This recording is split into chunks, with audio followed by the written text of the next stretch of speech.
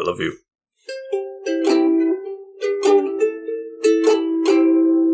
Well, come on in and have a load off there, couch potatoes. Come sit with us here. We're on the couch today talking some new releases yet again. Yeah. One that I was very excited about because God, I love this filmmaker. Yes. And the other one that would have slipped by my noticing because it was just kind of dropped on Netflix, and it's it's a Netflix original, and I don't typically hear about those. So. Right. And it's also a Netflix original that was produced in Germany. I would call it an international film. Yeah, I didn't know specifically where it took place, so I'm happy you knew that. But we're talking M. Night Shyamalan's Old, and we're pitting that against Netflix's Blood Red Sky. And we're gonna struggle with that title because there's a movie called Red Dawn, and God, I love that movie. And when Blake was trying to tell me about this movie, he's like, "Hey, we should talk about this on the show." He couldn't remember the name of it, and I think you were like, "It's Blood Red something," and I was like, "Blood Red Dawn," and you were just like, "I think it actually is Blood Red Dawn." Like I threw you, and ever since then I haven't been able to refer to it as anything. I've been convinced that it's Blood Red Dawn or Red Dawn Sky. Red Dawn Sky, yeah. I like Red Dawn Sky one. Too. Yeah. Oh shit. Well, I am the Green Traveler from Gorsh, and I am the Faceless Leon. I don't know if we have been, but I think somebody should say that this is Green Faceless on the Couch. This is a podcast about movies and TV. Welcome, fellow couch potatoes. Welcome. Yes, come sit with us. Come sit with us. First, we're going to talk M. Night Shyamalan's Old. And if you don't mind, I will go ahead with a very quick summary of Old. Go for it. I'm excited. A group of... It's not like I had anything planned. It's going to be all off the top of my head. But a family, a husband, a wife, and their 2 children. Husband played by Gael Garcia Bernal. And was the wife Vicky Creeps? I believe so, yes. Okay. She was just the second build name that I had written down, so I just assumed. But yeah, they're kind of fighting. They're close to, I think, being divorced or separated, if I remember correctly. But they want to take the family for one last vacation. It's a very important moment, and there's also an implication that the mother, the wife, Vicky Creeps, might have some kind of underlying medical condition that could be causing some issues in the future for the family. So they go to this island resort kind of like getaway. It's really nice. It's beautiful. You get to see a lot of other individual couples who kind of have their issues. So it's just kind of like you set all the players up at the resort nice and early. And then the manager, he's a shit-eating grin kind of guy. He's just like, "Hey, I got something for you. There's a private beach down over this way. You just got to go through a maze of rocks, and once you come out the other side, it's a beautiful private beach all to yourself." This family's like, "Yeah, that sounds like a beautiful fucking time. Let's go." Well, all to themselves turns out to be them and like 6 or 7 other people. Right. Some of them families, some of them just couples. They all go to this nice little private beach and quite quickly discover that they are aging very rapidly. Like I'll say like every... I can't remember the exact... They give you an estimate of how old it is. Because Gael, he plays Guy.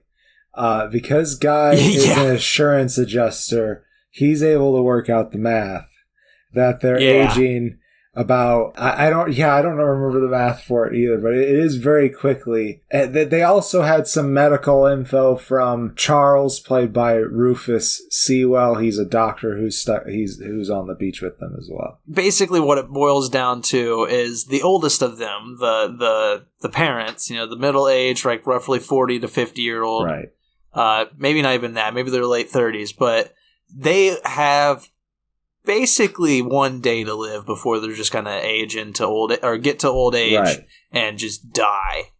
And so, it kind of becomes a race of like, how do we escape this private beach? Well, clearly you just go right back through the rocks. Nope, doesn't work. You black out. You wake up back on the beach.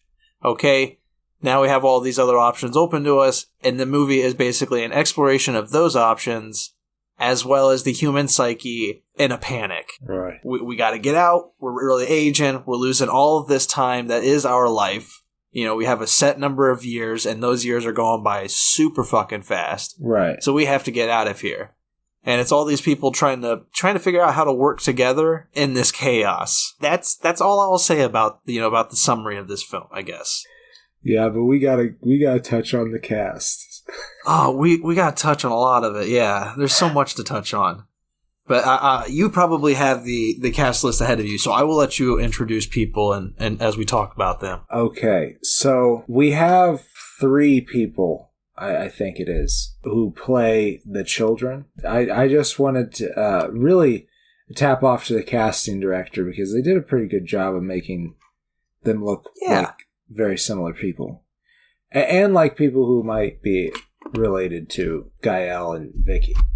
So, the children, originally played by Alex Wolff, who plays Trent, and Thomasin McKenzie, who plays Maddox. And well, they're not I don't think they're the original. They're the second form. They're the growing up form. Oh, you're right. Oh, yeah, it says even age 15 and 16 right here. So I'm just not reading. But Alex Wolff is the kid from Hereditary. Right. He's great in this too. Like with what he's given, he's great. Okay, so Trent originally is Nolan River, who I thought was really fun because he just is so smart. Like, he said some really outlandish shit that, like, kids would say if kids knew everything. Wasn't he, like, obsessed with, like, he goes up to everybody and he's just like, what's your name and occupation? You know? Yes, yes. Well, that was along with his friend that he met at the resort, played by Kyle and Jude. And then Alexa Swinton plays, I think, the original Maddox. Yeah. I really wanted to talk about Alex Wolff, though, because, like, we know him from Hereditary, and right. I feel like there's something else that we watched. Yeah, there was something very recent that I know we talked. He was in Pig with Nicolas Cage, but I haven't watched that yet. But there was a movie we just talked about that I think he was in, and I can't think of what it was. I can't either. But well, anyhow, Hereditary, he's amazing, and in this, like, I feel like I understand his choices. Yeah, he's trying to play a kid. He's trying to play a 15-year-old body with the mind of a 6-year-old, or however old Trent was at the beginning of the movie. And a 15-year-old body. Yeah, and yeah, exactly. That's one part, is like he's clearly like our age, or you know, nearly, if not.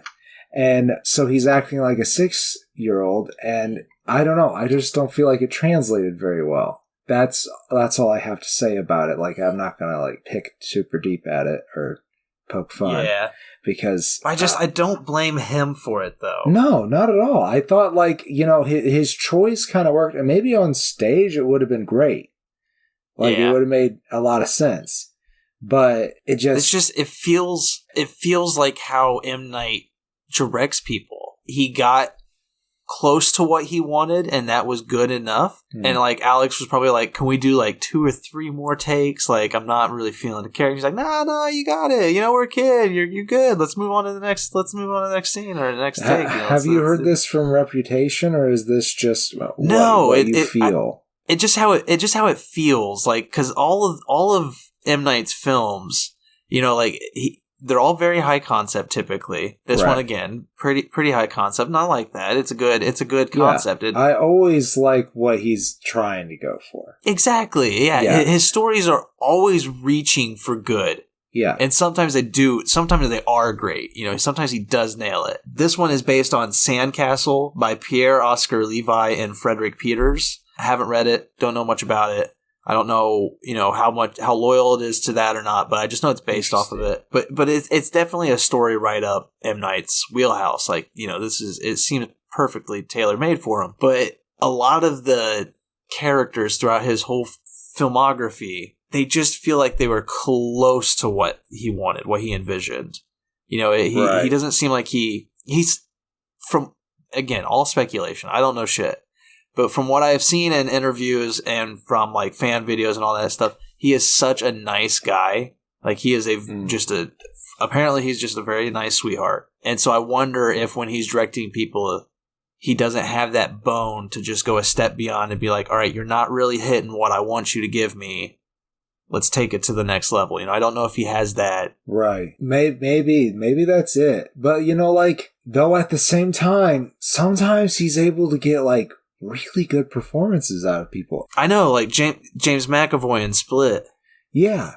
And that might just be that actor's connection to the character. They're like, if you take that movie, for an example, like, he was gaining some popularity, but I do feel like he wanted a more breakout film for his career. M. Night has some pretty classic films that people are always referring to. So I could see him working individually really super hard on what he wanted to do for that. Plus, he got to play like 27 different characters. He'd have to work really hard to make it work. Yeah. And he made it work. Secret review of Split. But I feel like here with Alex Wolff, like I just don't know if maybe he hasn't worked with directors like M. Night or like again, all of this is speculation. I haven't looked into this at all, but it felt like I think Alex did good with what he was given, but if there was something missing between the director actor connection. Yeah, because it just feels a little off place. Like I said, if I would have seen it on stage, I think it would have translated better. And you also have to factor in, too, that they go into the fact that their minds are also aging. Right. Just, it's weird for how they're aging. So, like, there is a very... I don't know if it's controversial. I kind of hope it is. Like, I would think that somebody's had to say something about it. Somebody has to. Yeah, there's a very awkward, I will say, exploring youth scene.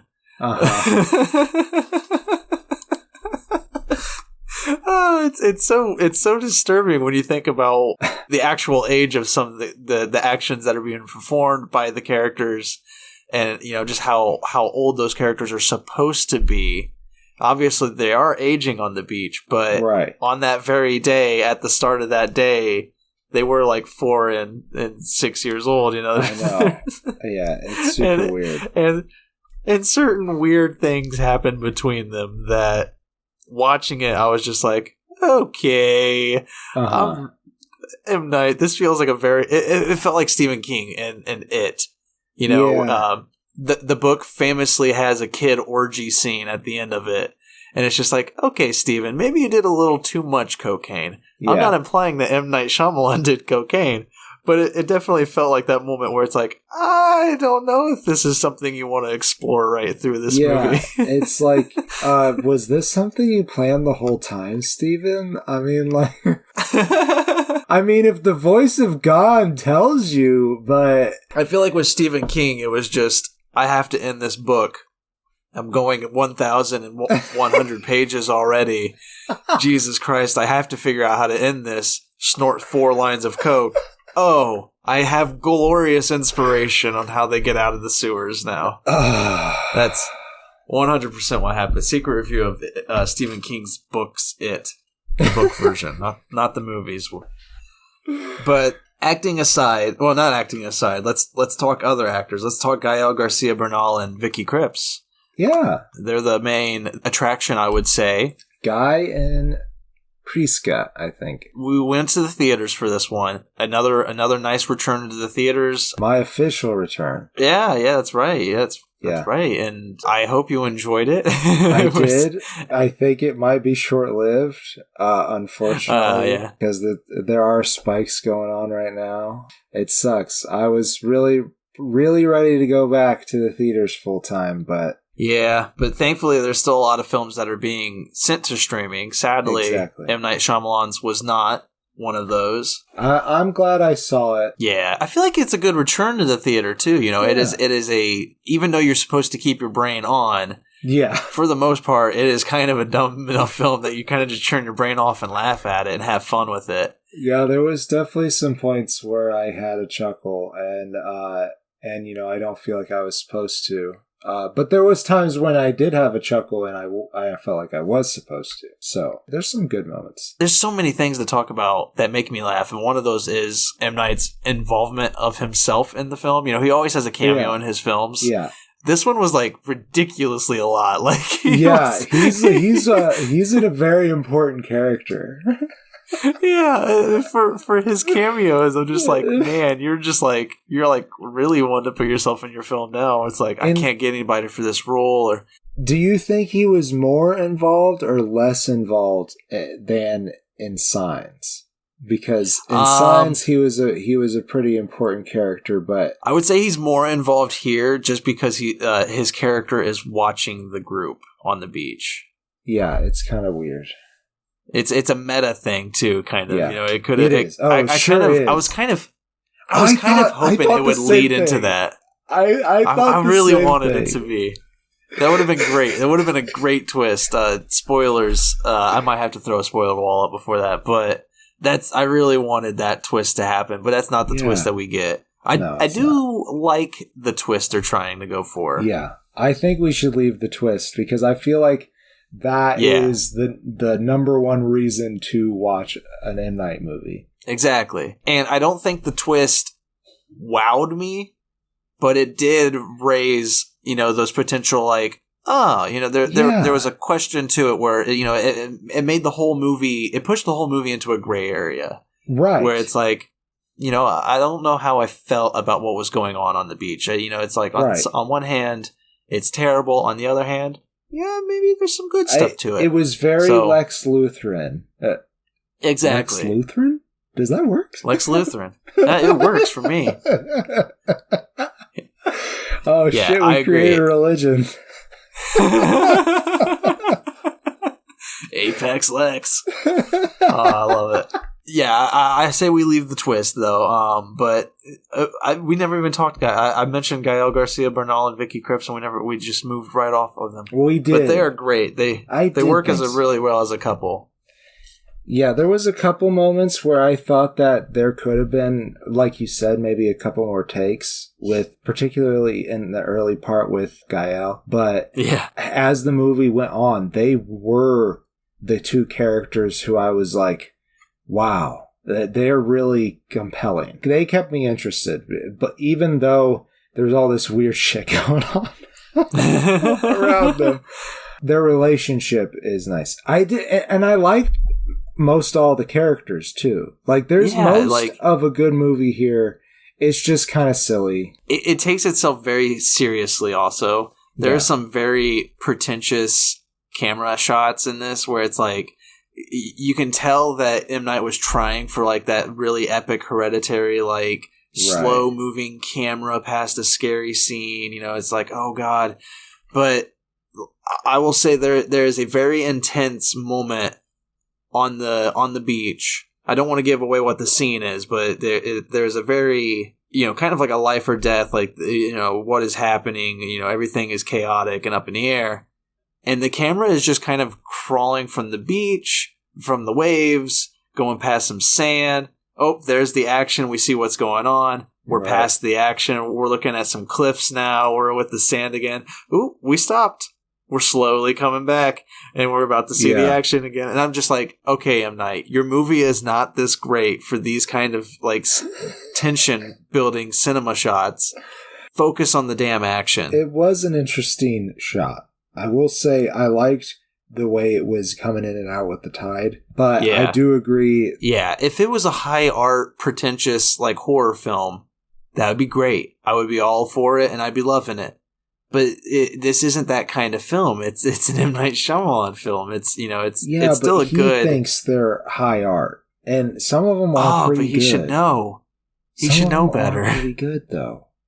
I mean, in particular, The Sixth Sense, like. Yeah, but like The Sixth Sense, Unbreakable, Signs, like those were his good days. He's trying. He's trying to come back. He's trying, and he was doing good. He was, and then he did Glass, and now he's done this. I'm worried again. He's trying. And I appreciate him trying because he was one of the few directors I knew by name as a child. Yeah, I mean, well, he rocked my world as a child. And, Sixth Sense was like the first movie that truly scared the crap out of me. I remember watching that. I watched that way too young. Like mom and Junior were gonna watch it, and they were like, "Yeah, we're gonna watch this movie." And Mom was like, "It is 100% too scary for you, kid." And I was like, "I want to watch it." I made it through like 20 minutes and then forced myself to like curl up and go to sleep. I was like, "Nope." Nope. I might have been like literally 3 or 4 years old. Like Mom definitely said that it would give me nightmares, and I was just like, I refuse. But look how far we've come. How far we've come. He's created a film with a character named Mid-Size Sedan. Yes, that's how far we've come. I was waiting for that to come up. Aaron Pierre plays Mid-Size Sedan. What was his name? I'll leave that to Mid-Size Sedan too. I guess it's Mid-Size Sedan. He is a musician. I can't quite remember his genre.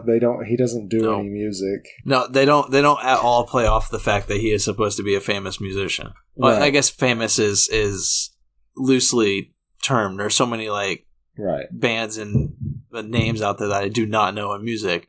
So it's completely. I'm not saying it's not at all possible that they wouldn't recognize him. I think one of them does recognize him. Actually, one of the girls. Maddox does. Maddox does, yeah. But like the fact that you have this character who a personality of his is being a singer, I feel like you should probably use their professions. You've used everyone else's profession somehow. Right? Yeah, like the guy. Oh, the guy from Lost. What's his name? Shit. Ken Leung. Yes, he's a nurse, and so he helps out with the medical stuff, which a lot of that is going on. Why this is going on, and his wife. I like how they pit nurse versus doctor too. Like him and Rufus Sewell. Yeah, they have like so many moments where they're like button heads on what the proper treatment is or something. And their chemistry is pretty good. Like for being antagonistic, like that you can tell that they're really working the scene. I really thought his wife, who I believe the character's name is Patricia, played by Nikki Amuka Bird, and she was also great. I honestly, a lot of acting was really good. I'll say the daughter of Rufus, the one who played the teenage version of her. Let's see if I can find it real quick. Eliza Scanlon. She did a really good job. I thought her translation from being in a teenage body but being a child was much better than Alex Wolff's. I can agree with you. Was she the one that they awkwardly like switched her bikini? No, that was Maddox. That was Maddox. Okay, yeah, it's like, hey, Maddox is the sister. Maddox is the sister, right? Yeah, okay. Maddox is the sister.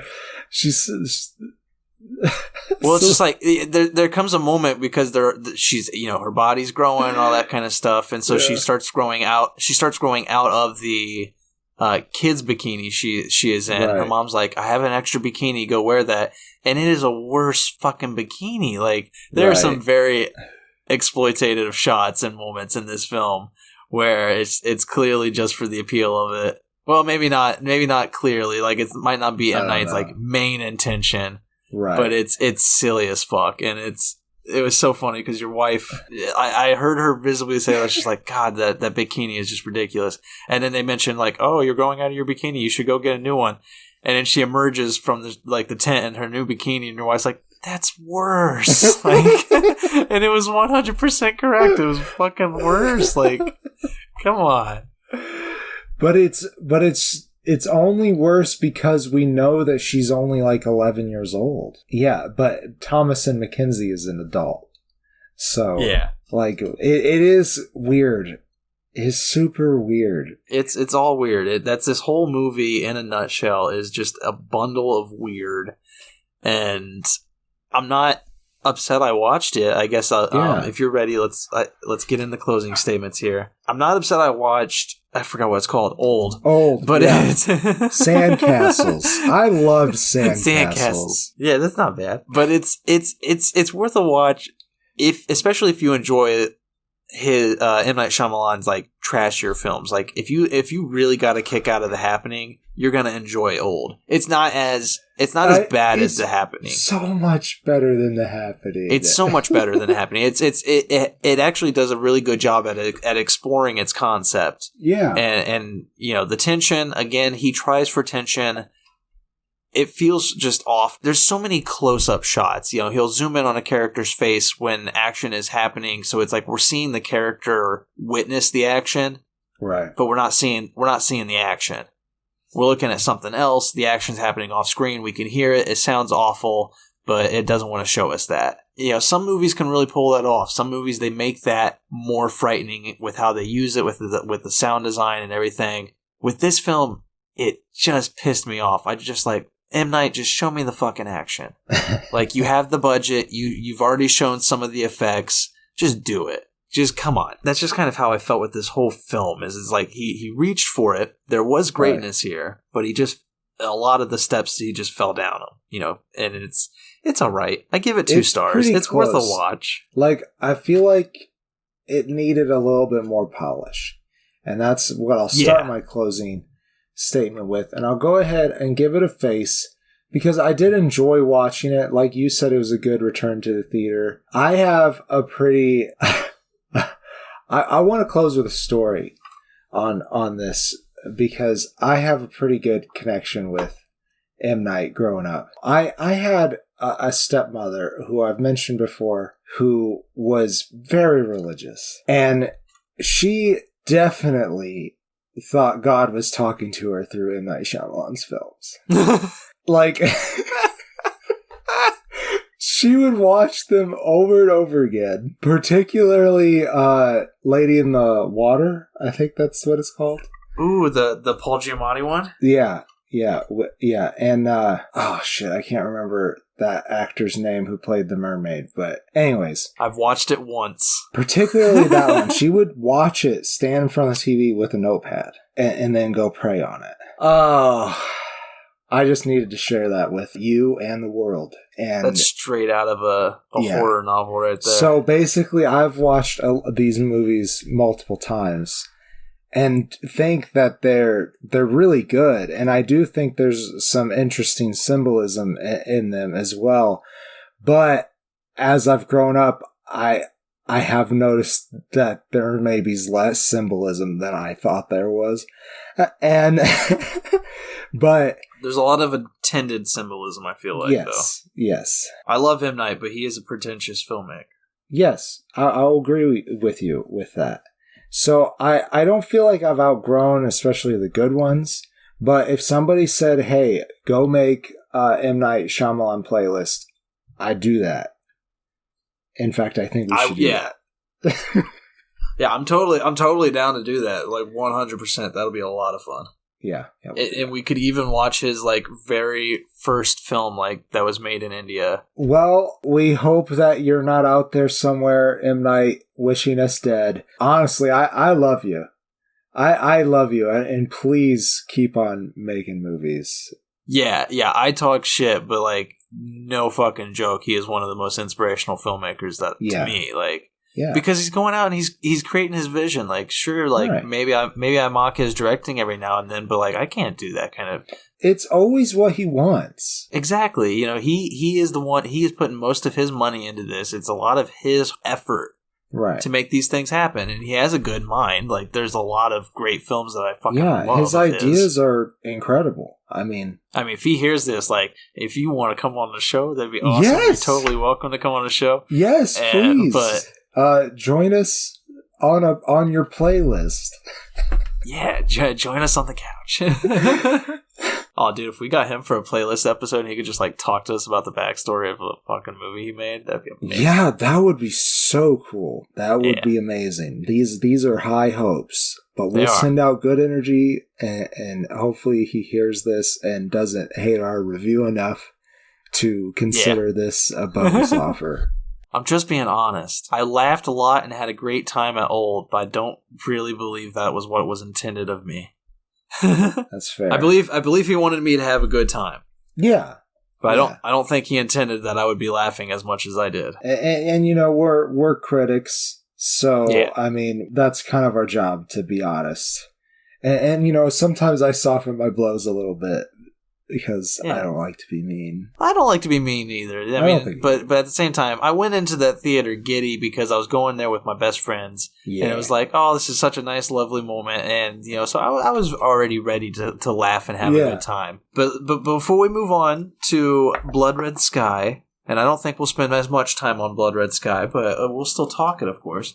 But before we do that, let's go ahead and give you our best plea to head on down to patreon.com/greenandfaceless. Pretty plea. Pretty plea. Patreon.com/greenandfaceless. That's A&D. Yes. A&D. No ampersand, bitches. This ain't Fast and Furious. But if you go down to Green and Faceless at patreon.com/the, you'll find...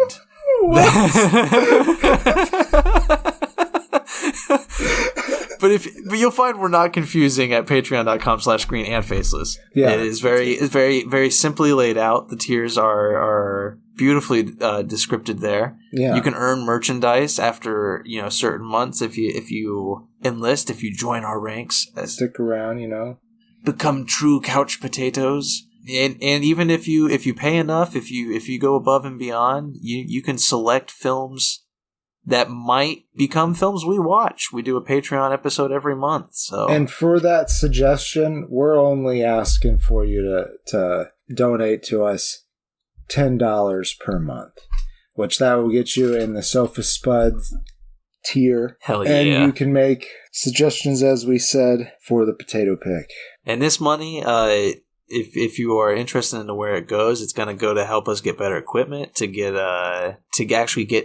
to find a way to get into the same room, so we're not doing this over the internet. Maybe it's going to be a better quality for us in regards to just bouncing off of each other. We're not waiting for the Wi-Fi to catch up. Right. So there's benefits to it, and we're not just taking this money and using it to buy booze.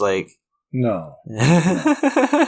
We right now, we're very grateful to the patrons that we have now, because we do make enough to pay our annual fee for hosting the show. And, that's not to include all the hours that we put into it, and we hope that you enjoy it, but we're always going to make it for free. So, if you heard this and you don't give a shit, you can come back and listen to us still. We don't care. You don't need to pay us for me to care. I'm going to gab at your fucking ear no matter what. That's right. That's what I do. Blood Red Sky. Red Dawn Sky. Red Dawn Blood. This movie, I liked it. I did watch it. That's it. It's honestly kind of what has been a little bit since we watched it. But I am just remembering that Dominic Purcell maybe is in it from The Legend of Tomorrow. Yep. That was great. Heat Wave. Yeah, he was, honestly, I thought he was great in this. I was like, he's a great actor. Yeah, well, Heat Wave is really kind of goofy. But have you ever watched Prison Break? No, I haven't. Have you ever watched Prison Break? Oh, totally. I haven't watched all of it, but I've seen enough of it to know that, the character in Prison Break, who is, that show also has Wentworth Miller, who plays Captain Cold and Flash. Yeah, they came straight from Prison Break right to the Flash. Mm-hmm. But yeah, the differences in those two characters for Dominic Purcell was enough to be like, wow, this guy's a really good actor. And then this film happened, and I was not expecting Dominic Purcell. I didn't know anything about this movie. I didn't watch a trailer. All I knew was what you said. Yeah. Yeah, I knew was what you told me. Basically what you had told me was vampires on an airplane. And I was like, okay, that sounds fun. And it was fun. Yeah. But Dominic Purcell popped up, and I paused it, and I sent you a text immediately, is that Heat Wave? Is he in this movie? Yeah. And, I was not expecting this. And I sent a gif of that, like, that guy in the green shirt going like, just nodding his head up and down. It was a great surprise. But I mean, vampires on an airplane is a very poor summary. Do you want to give Yeah, that's the tagline. So, this movie has Nadia and Elias. I believe that the names I'm going to give are the actors and not the voice actors who did the dub. I watched the dub because most of the movie is in German, but some of it is in English because they're flying around Europe and people speak different languages. And like almost, so it's, for people who just really don't know their geography at all, it's like if you were to drive from the top of the Mitten in Michigan down to the south of southern Indiana, it'd be a completely different language that most of the people speak. But they probably speak your language too, because you're neighbors. But we haven't learned that lesson. But that's that's okay. But there was a dubbed version? Oh yeah, I put on my was already set up for it for some reason. Probably because I watched some of the Netflix anime. I'm wondering if I watched the dubbed version also. I'm not sure. You can't remember? Okay. Well, I think you would have. I feel like most of mine was in a different language, so I was definitely reading a lot of subtitles, but I always have subtitles on. Right. So I don't know if I was just reading subtitles because I always have them on or because it was in a different language. Well, usually the subtitles are a little bit different than what the dub says because, you know, they're trying to say something that kind of fits in the mouth movement. So I think you would have noticed. But I had the subtitles on too, because same thing, just in case we missed something. Right. Sometimes nowadays, if somebody's talking real quiet in a movie, you might not hear it. They don't care if you hear everything. I don't know. What?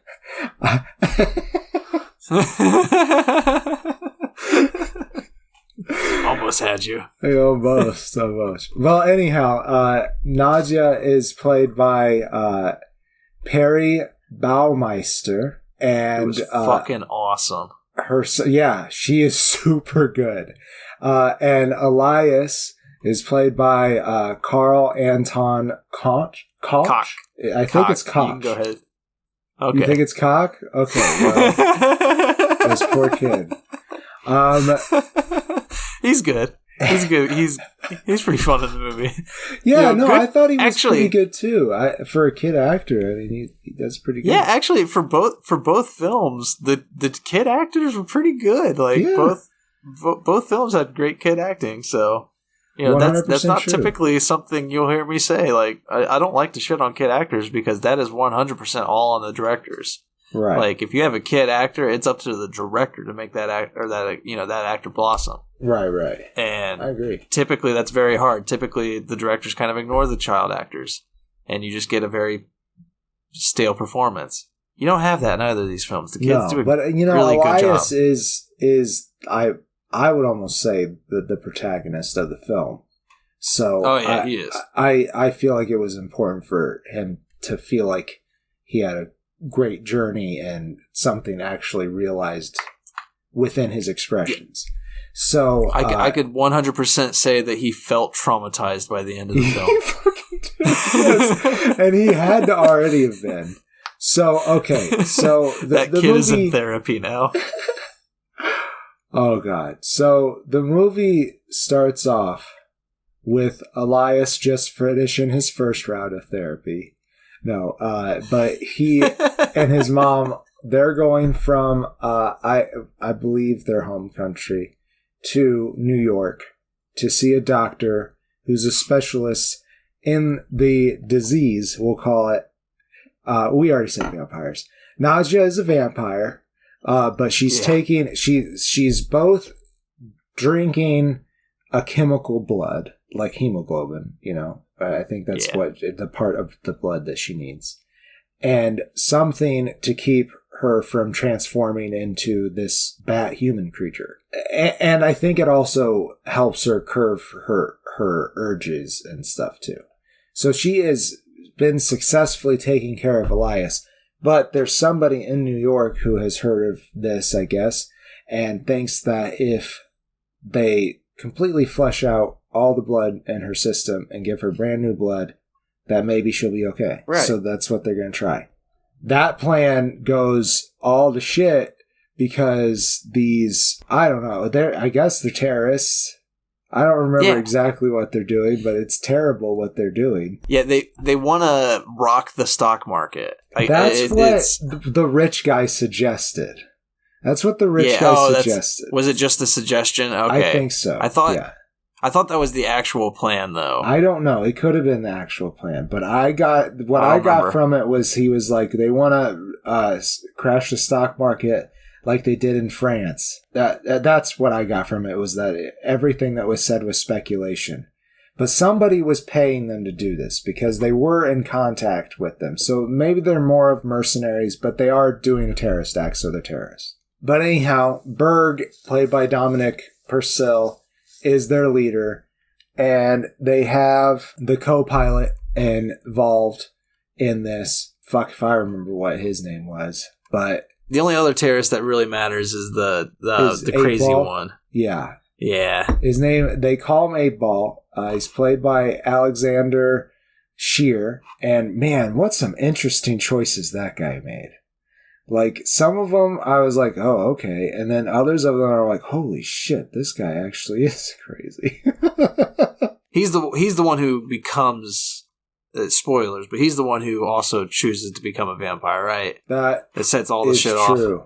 Off. I think he was pretty good.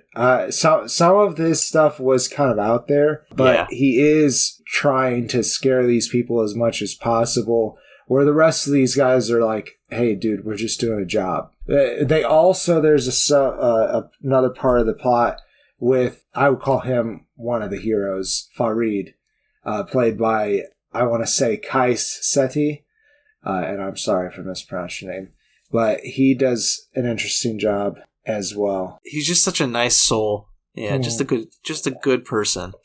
And like, you root for him, you root for Elias, you root for Nadia. Yeah. Because you just kind of relate to all three of their struggles that they're going through. They all have very real world struggles that's just like, okay, like, right. I haven't been in your exact shoes, but like, I get your struggle here. I don't have pica so bad that I crave blood, so. Though I don't think I would mind being a vampire.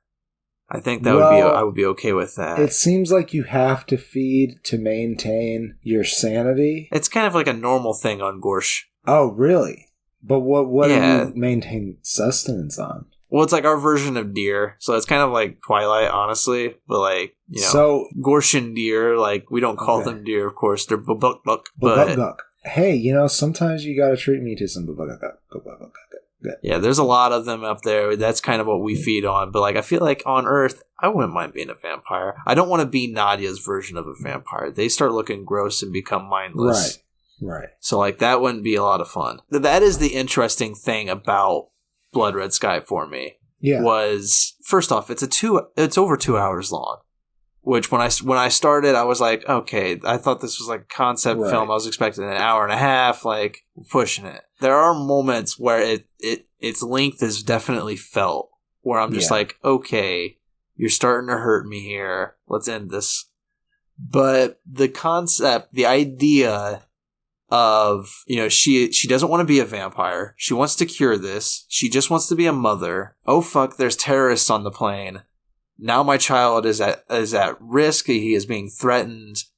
Do I unleash this mindless beast and hope that I don't go like batshit insane? Or do I just hope that the terrorist thing just kind of like, boop, we're done. You know, you guys all get to live, which never happens. But, you know, it's a very interesting position that she's put in, and I liked watching that unfold. Right. However, as it unfolded, every single new thing that happened that progressed the plot was just another layer of depressing, like, just sadness that I just didn't want to continue after a while, because just like, it kept getting more and more sad, and I was just like, oh my God, I'm feeling like heart heavy. I just want the credits to roll so I can turn the TV off and watch something stupid. Like, and it's like every time too that Nadia gets ahead, of the terrorists and stuff, then something happens that just utterly destroys that progress. And plus, early on, they kill like 3 fucking dogs, and that's an immediate. John Wick was like one of the only films that can get away with that for me because they got vengeance. Yeah, exactly. The whole film was because it's just like, all right, motherfucker, this is what happens when you kill a dog in a movie. And now this movie, though, it's just like 3 dogs are killed. One of them's by the fucking hero. Sorry, spoilers, but like, no. I'm not okay with it. When did Farid?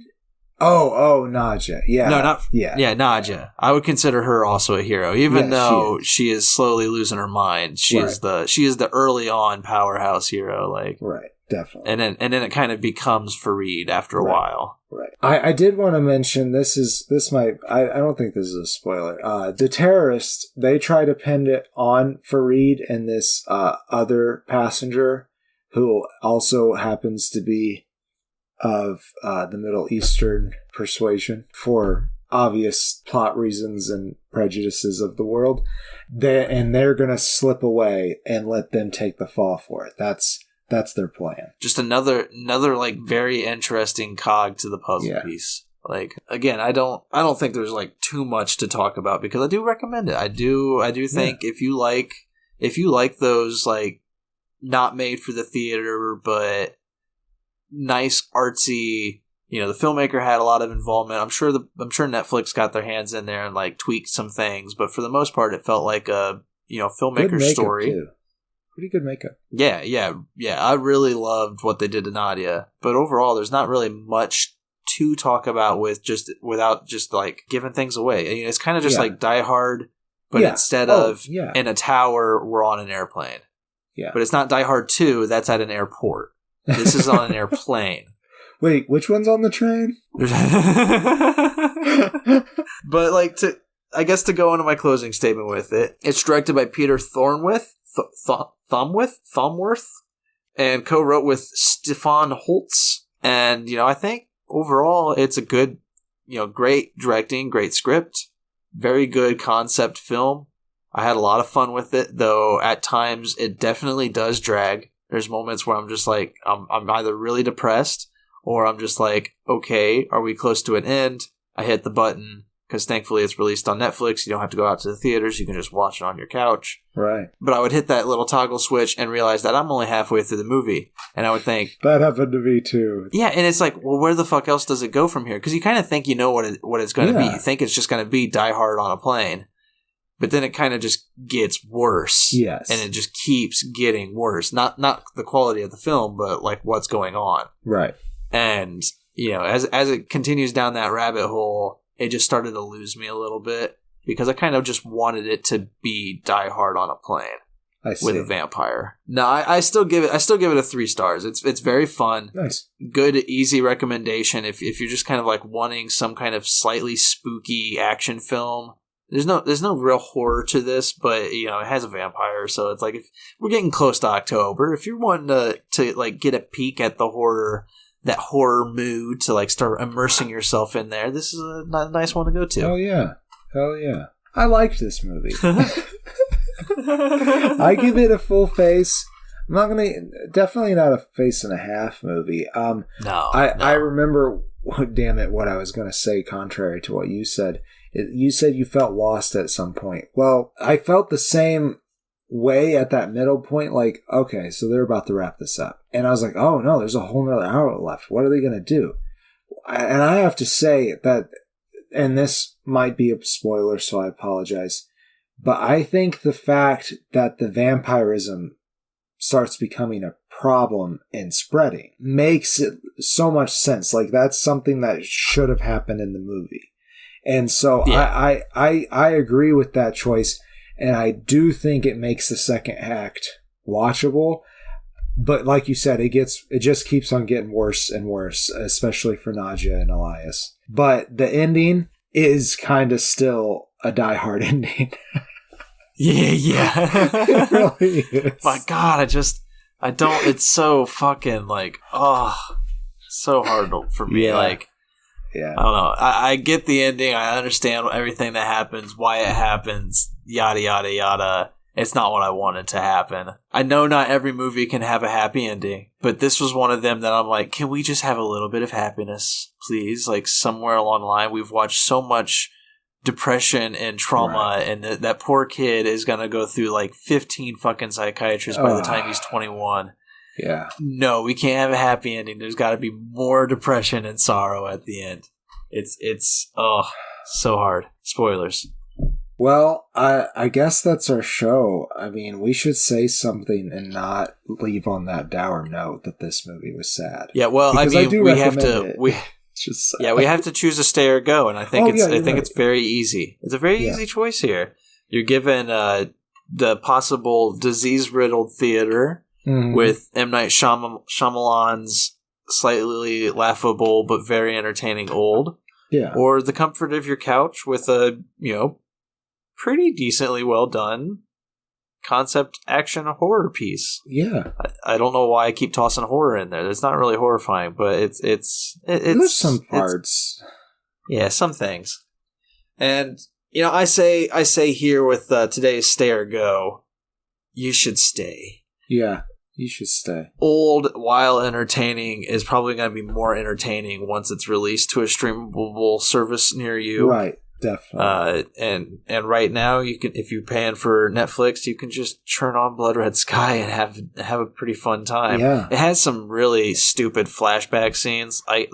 They're kind of necessary to build up Nadia's backstory. But God, whenever they started happening, I just tuned the fuck out. I just did not care about those backup. I do think I got a snack during one of them. But also, there's a character. There's a character in there in the flashbacks that has no bearing on what's going on in the plot. Like, he says something that resonates with Nadia, and she remembers that. But that's there's technically two characters, because they kind of just do that with her husband too. Like, he's in a flashback scene where it's like, here's her husband. He wandered off in the night. It explains, how she got it, and I thought that part was necessary, but the rest of it was not. Yeah.